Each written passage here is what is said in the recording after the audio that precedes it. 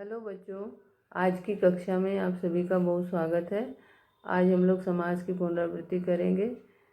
जब दो या दो से अधिक सार्थक परस्पर स्वतंत्र संबंध रखने वाले शब्दों को मिलाकर हम एक नया शब्द बना देते हैं तो उसे समास कहते हैं। समास रचना में दो पदों का होना आवश्यक है, जिनमें पहला पद जो है वो पूर्व पद कहलाता है और दूसरा पद उत्तर पद कहलाता है। इन दोनों पदों को मिलाकर समस्त पद भी कहते हैं। समस्त पद इसका दूसरा नाम है। समस्त पद या सामासिक शब्द समस्त पद वे सामासिक शब्द कहलाते हैं जो जिन आपस में संबंध रखते हो, और इनको जब हम इन सामासिक पदों को जब हम अलग करते हैं तो उन्हें क्या कहते हैं? उन्हें समास विग्रह कहते हैं। ठीक है। जैसे रसोई के लिए घर शब्द है, इसमें पूर्व पद है रसोई और उत्तर पद है घर। दोनों को मिला देते हैं तो रसोई घर हो जाता है, और जब हम इसका विच्छेद करते हैं तो उसका अर्थ होता है रसोई के लिए घर। अब ये जो समास हैं उन समास के प्रकार के बारे में जानते हैं। समास के मुख्य रूप से 6 प्रकार होते हैं। सबसे पहला भेद है तत्पुरुष, दूसरा भेद है द्विगु, फिर कर्मधारय, फिर इसके अगला भेद है, इसके बाद का भेद है द्वंद्व, फिर बहुव्रीहि, और फिर अंतिम भेद है अव्ययी भाव समास। तो सबसे पहले जो है जानते हैं तत्पुरुष समास के बारे में। तत्पुरुष समास वे समास होते हैं जो जिनमें दो पदों के बीच में कर्म से लेकर अधिकरण तक के कारक चिन्हों का लोप होता है। अब कारक चिन्ह क्या है? कारक चिन्ह, कारक में आपने पढ़ा होगा कि कारक के 8 चिन्ह होते हैं। कर्ता ने कर्म को करण से, संप्रदान के लिए, आपादान से, संबंध काके की, रारेरी नानेनी, और अधिकरण में पे पर। लेकिन इसमें सबसे और अंतिम जो होता है कारक चिन्ह वो है हे, अहो, अरे, जिसमें हम किसी को बुलाने के लिए संबोधन चिन्हों का प्रयोग करते हैं। अब सबसे पहले आपको ये बता दें कि इस समास में जो पहला कारक है यानी कि कर्ता कारक, कर्ता कारक जिसका चिन्ह है ने, इस चिन्ह का प्रयोग हम इस तत्पुरुष समास में नहीं करते हैं। जैसे कि यहाँ मतलब दूसरा वाला जो है आपका कर्म, कर्म कारक का चिन्ह है को, कर्म कारक के चिन्ह से लेकर के अधिकरण के चिन्ह यानी में पे पर तक ही कारक चिन्हों का प्रयोग हम करते हैं। तो सबसे पहले आपको ये बता दें कि जिस समास में पहला पद प्रधान नहीं होता, ठीक है, जिस समास में पहला पद प्रधान न होकर उत्तर पद यानी पूर्व पद प्रधान नहीं होता बल्कि उत्तर पद प्रधान होता है, ऐसे समास को तत्पुरुष समास कहा जाता है। इनके दो पदों के बीच में विभक्ति या कारक चिन्ह जैसे कि को, में, से, के लिए, का, की, के, में, पर आदि जो कारक चिन्ह हैं इनका लोप होता है। अब इस हिसाब से अगर हम देखें तो तत्पुरुष के भी कुल मिलाकर के 6 भेद होंगे। तो सबसे पहला जो भेद है वो है कर्म तत्पुरुष। कर्म तत्पुरुष में जो है कर्म कारक के चिन्ह यानी कि को का लोप होता है। जैसे कि आपको बता दें उदाहरण, स्वर्ग को गत, स्वर्ग गत, स्वर्ग को गत, स्वर्ग गत, विशरण को आगत, शरणागत, परलोक को गमन, परलोक गमन, यश को प्राप्त, यश प्राप्त।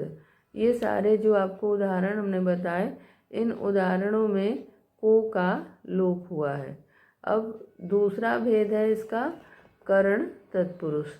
जैसा कारक चिन्ह है ना, उसी तरह से उसका नाम भी होता है। तो जैसे मान लीजिए करण कारक, आपने अभी जाना कि कर्म तत्पुरुष के बारे में आपने जाना, तो कर्म तत्पुरुष में क्योंकि इसका नाम इसमें क्या होता है, कर्म कारक के चिन्ह का लोप होता है, इसीलिए इसको कर्म तत्पुरुष कहा गया है। अब दूसरा जो है आपका करण तत्पुरुष, इसमें करण कारक के चिन्ह का लोप होगा। करण कारक का चिन्ह क्या होता है, से, ठीक है, करण कारक का चिन्ह है से, और इसमें जो है से कारक चिन्ह का लोप होता है। जैसे कि उदाहरण देखिए, फूंक से मरा, भूख मरा, रेखा से अंकित, रेखांकित, पाप से मुक्त, पाप मुक्त, गुण से युक्त, गुण युक्त। इसमें जो है से कारक चिन्ह करण कारक का होता है, जिसमें कि साधन के रूप में हम प्रयोग करते हैं। तो उसे इन सारे उदाहरणों में आपने देखा कि से कारक चिन्ह का लोप किया गया है। अब अगला भेद है इसका कारक तत्पुरुष का संप्रदान तत्पुरुष। संप्रदान तत्पुरुष में क्या है कि संप्रदान का चिन्ह जो के लिए है, उसके लिए कारक चिन्ह का लोप होता है। उदाहरण देखिए, उदाहरण है पाठशाला, जिसका हम विग्रह करेंगे पाठ के लिए शाला। फिर क्रीड़ा क्षेत्र, क्रीड़ा के लिए क्षेत्र। अगला उदाहरण है युद्ध भूमि, युद्ध भूमि में युद्ध के लिए भूमि। फिर अगला उदाहरण है आराम कुर्सी, आराम कुर्सी यानी कि आराम के लिए कुर्सी। तो इन सभी में आपने देखा के लिए कारक चिन्ह का लोप किया गया है। अब अगला है भेद इसका आपादान तत्पुरुष।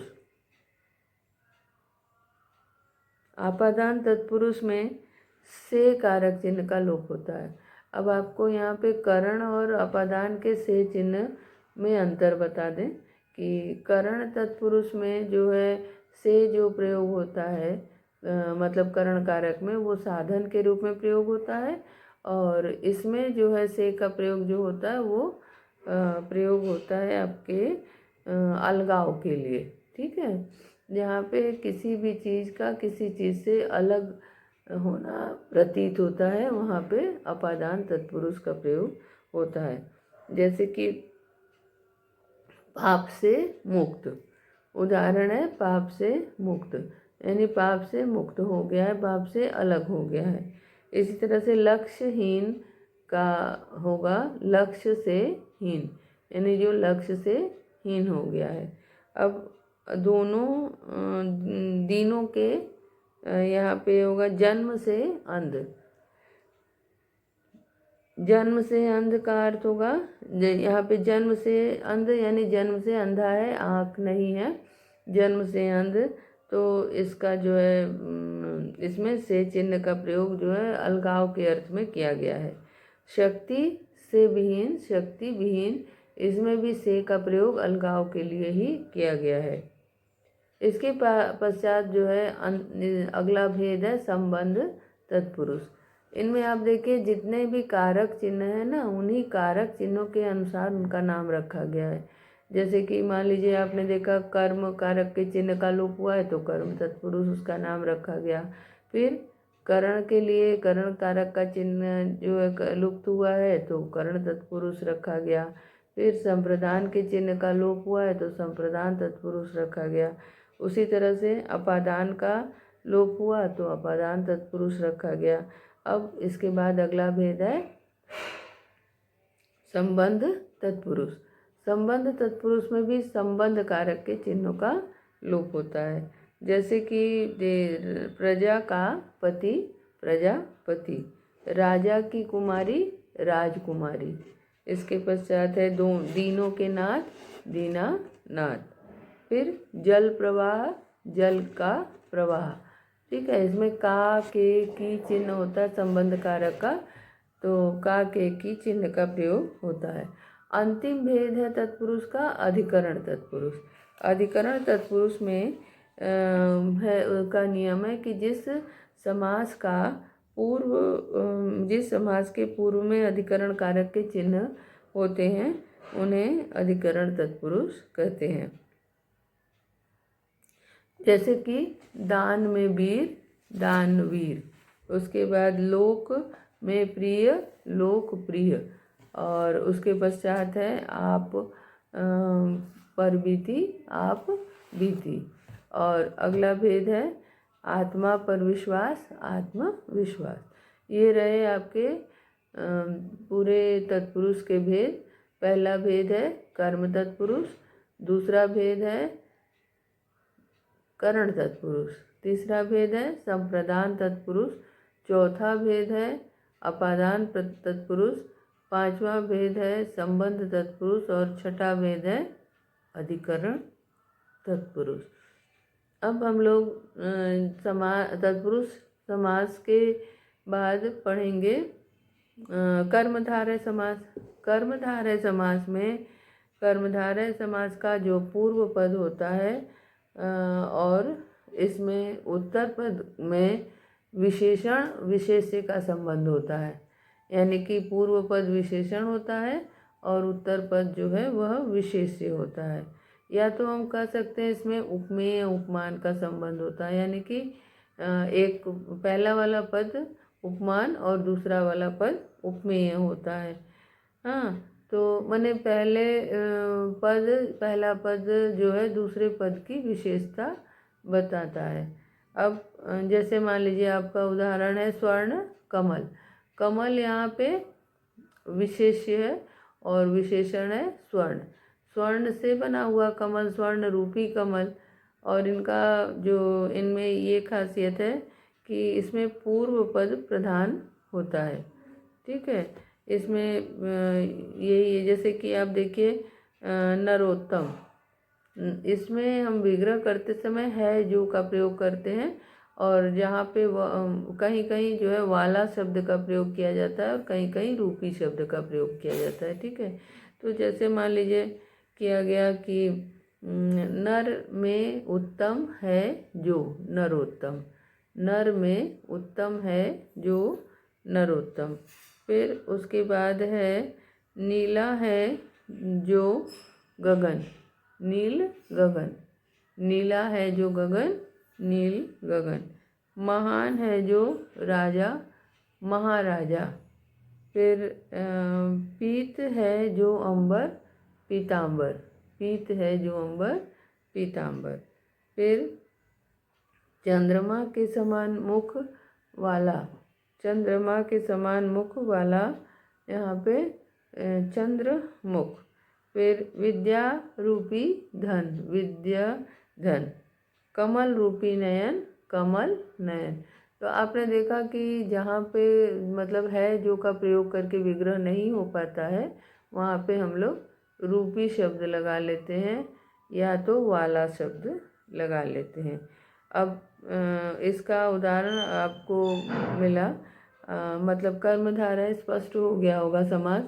कर्मधारय के पश्चात हम अगला समास जानेंगे द्विगु समास के बारे में। द्विगु समास क्या है? द्विगु समास में भी पहला पद जो है विशेषण होता है और मुख्य भी होता है। पूर्व पद जो है वो मुख्य होता है, प्रधान होता है और वह जो है संख्यावाचक विशेषण होता है। और उत्तर पद क्या होता है? वह होता है, उत्तर पद जो है वह विशेष्य होता है, मतलब जिसकी विशेषता बताते हैं।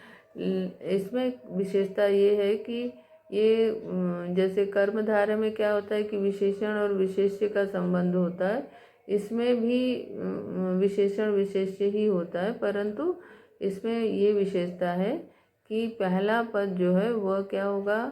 पहला पद होगा, क्या होगा पहला पद? संख्यावाचक विशेषण। पहला पद क्या होगा? संख्यावाचक विशेषण। यानी कि जैसे मान लीजिए चौराहा, चौराहा शब्द है तो इसका विग्रह हम कैसे करेंगे? चार राहों का समूह। राह की विशेषता बता रहा है चार, और यहाँ पे आप देख रहे हैं संख्या का प्रयोग किया जा रहा है। चार यानी कि चार संख्या है ना। तो इसमें अगला उदाहरण है त्रिवेणी, तीन वेणियों का समूह। त्रिवेणी, तीन वेणियों का समूह। और इसमें हम समूह शब्द लगा के विग्रह करते हैं, समूह या समाहार। ठीक है, समूह या समाहार शब्द लगाकर हम विग्रह करते हैं। जैसे कि है दो राहा, दो राहों का समूह। फिर नौ रत्न, नौ रत्नों का समूह। फिर पंच भुज, पांच भुजाओं का समूह। ठीक है, अब अगला समास क्या है? अगला समास हम जानते हैं अव्ययी भाव समास। पहला समास आपने जाना तत्पुरुष, दूसरा आपने जाना कर्मधारय, फिर तीसरा समास आपने जाना द्विगु के बारे में। अब हम चौथा समास अव्ययी भाव के बारे में जानते हैं। जिस समास में पूर्व पद अव्यय हो, पूर्व पद इसमें प्रधान भी होता है और पूर्व पद जो है वह अव्यय होता है, ऐसे समास को हम अव्ययी भाव समास कहते हैं। इसमें आप उदाहरण देखिए कि इसमें उदाहरण है जैसे जन्म से अंध, आजन्म, जन्म से लेकर, जन्म से लेकर आजन्म, जन्म से लेकर आजन्म। शक्ति के अनुसार यथा शक्ति, शक्ति के अनुसार होगा यथा शक्ति।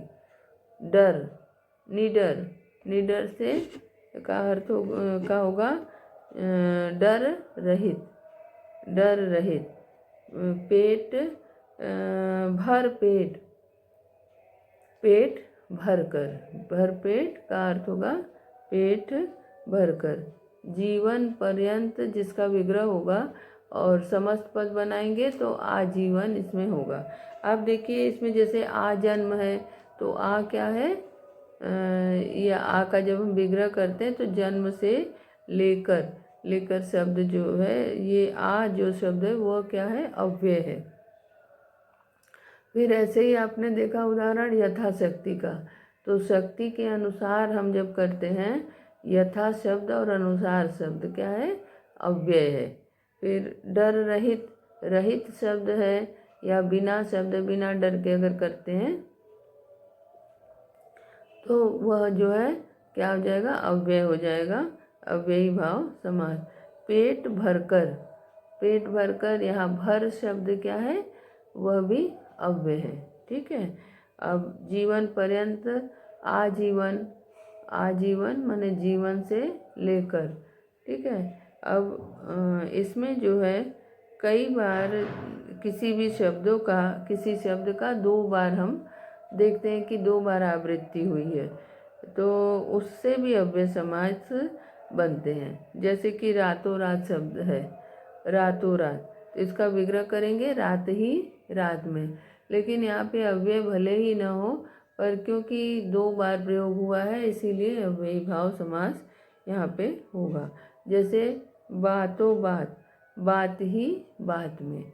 फिर प्रत्येक गली एक शब्द है, जैसे कि हर गली, गली गली जब कहेंगे मतलब ये इसमें दो बार आवृत्ति हुई है गली शब्द की, तो इसीलिए ये हो जाएगा। इसका विग्रह करेंगे प्रत्येक गली और ये समास हो जाएगा अव्ययी भाव। एक हाथ से दूसरे हाथ तक, जैसे हाथों हाथ शब्द है, हाथ ही हाथ में, एक हाथ से दूसरे हाथ तक। फिर अगला है द्वार द्वार, द्वार द्वार का अर्थ है द्वार द्वार का विग्रह करेंगे एक द्वार से, माने प्रत्येक द्वार, प्रत्येक द्वार इसका विग्रह होगा और ये हो जाएगा अव्ययी भाव समास। फिर बीच, बीचों बीच शब्द है, बीचों बीच शब्द है तो इसका विग्रह करेंगे बीच ही बीच में। तो इस तरह से आपने जाना अव्ययी भाव समास में पूर्व पद प्रधान होता है और दूसरे पद में दूसरा पद जो है पहला पद जो है प्रधान भी होता है, पहला पद अव्यय भी होता है। ठीक है। और कई बार जब एक ही शब्द को दो बार हम बोलते हैं, दो बार उसका प्रयोग करते हैं, ऐसी अवस्था में भी वह क्या होगा, अव्ययी भाव समास। अब हम अगले उसका समास के बारे में जानेंगे। अगला समास है बहुव्रीहि समास। अगला समास है बहुव्रीहि समास, जिसमें क्या है कि पहला और दूसरा दोनों ही पद प्रधान नहीं होता, बल्कि दोनों मिलकर किसी तीसरे पद की ओर संकेत करते हैं। इसमें क्या है कि पहला और दूसरा दोनों ही पद प्रधान नहीं होता, बल्कि दोनों मिलकर किसी तीसरे पद की ओर संकेत करते हैं। इसमें जो है इसका एक बार परिभाषा इसकी बता देते हैं कि जहाँ समस्त पद में आए दोनों पद में कोई भी पद प्रधान नहीं होता, बल्कि दोनों मिलकर किसी तीसरे पद की ओर संकेत करते हैं। यहाँ पे तीसरा पद प्रधान होता है, वहाँ बहुव्रीहि समास होता है। अब जैसे आपको ये बता दें, जैसे इसमें जो है अर्थात करके विग्रह करते हैं। कोई भी जैसे मान लीजिए दशानन है, दशानन शब्द में 10 है आनन जिसके, अर्थात रावण। जहाँ पे भी हम अर्थात लगा के किसी तीसरे पद को दर्शाएंगे, ऐसी अवस्था में बहुव्रीहि समास होता है। जैसे चतुर्भुज, चतुर्भुज में 4 है भुजाएं जिसकी, 4 हैं भुजाएं जिसकी चतुर्भुज। फिर षडानन, षडानन में क्या है कि षड है आनन जिसके, षड है आनन जिसके षडानन। फिर गिरिधर, गिरिधर, गिरिधर में क्या है कि गिरि को धारण किया है जिसने, अर्थात श्री कृष्ण। गिरि को धारण किया है, यानी गिरि को धारण करता है जो, अर्थात गिरि को धारण किया है जिसने, अर्थात श्री कृष्ण। फिर चतुर्मुख, 4 मुख हैं जिसके, अर्थात ब्रह्मा। अर्थात लगा के ही हम इसका विग्रह करते हैं। और अगला जो है महान लंबोदर, लंबा है उदर जिसका, अर्थात गणेश। फिर मेघनाद, मेघ के समान नाद है जिसका, नाद माने आवाज़। ठीक है। मेघ के समान गर्जना है जिसकी, नाद है जिसकी, अर्थात मेघनाद। त्रिलोचन, 3 है लोचन जिसके, अर्थात त्रिलोचन। तिरंगा, 3 रंगों से का समूह है जो, अर्थात तिरंगा। ठीक है। तो यहाँ पे आपने जाना कि बहुव्रीहि समास में 2 पद होते हैं, लेकिन दोनों पद में कोई भी पद प्रधान नहीं होता, बल्कि दोनों मिलकर किसी तीसरे पद की ओर संकेत करते हैं। तो अभी तक आपने क्या क्या जाना? सबसे पहला समास आपने जाना है तत्पुरुष समास। दूसरा समास आपने जाना कर्मधारय समास, जिसमें कि विशेषण और विशेष्य का संबंध होता है। पहला पद विशेषण होता है और दूसरा पद विशेष्य होता है। और तीसरा समास आपने जाना द्विगु समास का, जिसमें प्रथम पद क्या होता है? संख्यावाचक विशेषण। और इसमें आपको बता दें चौथा पद जो, इसके बाद आपने अव्ययी भाव जाना। अव्ययी भाव समास में पहला पद जो है वह होता है अव्यय, और उसके पश्चात आपने जाना बहुव्रीहि समास।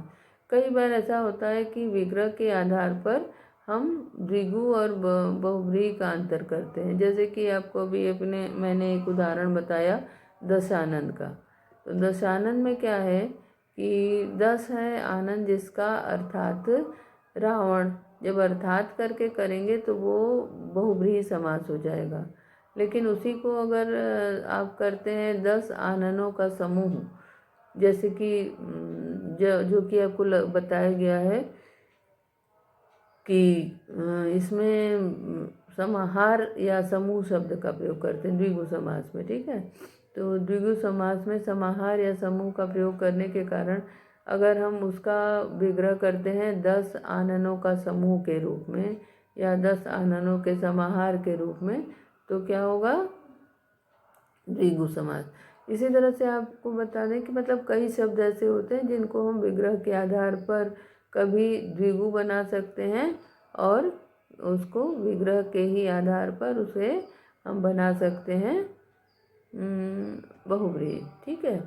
तो इसी तरह से आप देखिए अगला समास है आपका द्वंद्व समास, ठीक है। द्वंद्व समास में क्या होता है कि इसमें दोनों पद प्रधान होते हैं। द्वंद्व समास में दोनों ही पद प्रधान होते हैं। पहला पद जो है पहले पद और दूसरे पद के बीच में क्या होता है कि दोनों के बीच में और शब्द का लोप होता है। दोनों पदों के बीच में और शब्द का लोप होता है। जैसे कि मान लीजिए आप देखिए गंगा और जमुना, शब्द है गंगा और जमुना। गंगा और जमुना में क्या है कि गंगा और जमुना के बीच में और शब्द का और पद का लोप हुआ, ठीक है। जैसे आपका है थोड़ा या थोड़ा बहुत, थोड़ा और या बहुत, है ना, या भी शब्द लगाते हैं बीच में विग्रह करते वक्त। जैसे राधा कृष्ण, राधा और कृष्ण, राधा कृष्ण, राधा और कृष्ण। चर अचर, चराचर जैसे शब्द है तो इसमें बनाएंगे चर और अचर, ठीक है, चर और अचर। तो इस तरह से आपने देखा कि दो शब्दों के बीच में जब और शब्द का लोप होता है तो उसे बोलते हैं द्वंद्व समास। जैसे एक उदाहरण है रुपया पैसा, तो इसमें हम विग्रह करेंगे रुपया और पैसा, ठीक है। तो इसके पश्चात जो है आपको ये बता दें कि समास में ध्यान रखने योग्य बात क्या है कि द्विगु और बहुव्रीहि कई बार एक जैसे होते हैं लेकिन विग्रह के आधार पर उनको अलग करते हैं। दूसरा एक और है बहुव्रीहि और उसको कर्मधारय को भी हम विग्रह के आधार पर अलग कर सकते हैं। जैसे कि अगर है जो लगा के विग्रह करते हैं, जैसे नीलकमल है ना, नीलकंठ है शब्द है, तो नीलकंठ शब्द को नीला है कंठ जो यदि हम करते हैं तो वो हो जाएगा नीला है कंठ जो, अगर करेंगे तो वो हो जाएगा, क्या होगा आपका नीला है कंठ जो कर्मधारय समास हो जाएगा। और नीला है कंठ जिसका यदि करते हैं तो नीला है कंठ जिसका अर्थात शिव अगर करते हैं तो बहुव्रीहि समास हो जाएगा। और नीला है कंठ जो अगर करेंगे तो हो जाएगा कर्मधारय, ठीक है। नीला है कंठ जिसका अगर अर्थात शिव अगर ये करते हैं तो यानी कि दोनों पद के अलावा तीसरे पद को की ओर, दोनों पद मिला के अगर तीसरे की ओर संकेत करें तो हो जाएगा बहुव्रीहि। और है जो लगा के विशेषण विशेष संबंध यदि हम दिखाते हैं तो हो जाएगा कर्मधारय। नीला है कंठ जो यदि करते हैं तो क्या होगा, नीला है कंठ जो अर्थात नीला है कंठ जो अगर करेंगे तो कर्मधारय होगा। और नीला है कंठ जिसका अर्थात शिव करेंगे तो हो जाएगा बहुव्रीहि समास, ठीक है। अब ये है समास का रूप। इसमें आपने समास के रूप के बारे में जाना, स्पष्ट हो गया होगा समास किसे कहते हैं। अब ये बता दें कि समास और संधि में अंतर क्या है। संधि और समास में अंतर क्या है। संधि में क्या होता है कि दो वर्णों का आपस में मेल होता है, ठीक है। दो वर्णों के मेल से जब विकार उत्पन्न होता है तो समास कहते हैं। और संधि जो दो वर्णों के मेल से जो विकार उत्पन्न होता है उसे संधि कहते हैं। और जब दो शब्दों का मेल होता है तो उसे समास कहते हैं। ठीक है, जैसे संधि में मतलब कि जैसे राम अवतार शब्द है, राम और प्लस अवतार रामावतार। इसमें पाठशाला, अब इसमें क्या है कि जैसे राम अवतार, राम में अंत में अवर्ण है, अवतार में अवर्ण है, दोनों मिलके आ हो गया तो रामावतार हो गया, यहाँ पे संधि हो गई। और पाठशाला, पाठ के लिए शाला, अगर ये है तो दो शब्दों का मेल हो रहा है तो यहाँ पे समास हो जाएगा। संधि में वर्णों के मेल से परिवर्तन आ जाता है, जबकि समास में प्रायः ऐसा नहीं होता है। ठीक है, ये है संधि और समास में अंतर। आज बस इतना ही, शेष अगली कक्षा में पढ़ेंगे। धन्यवाद।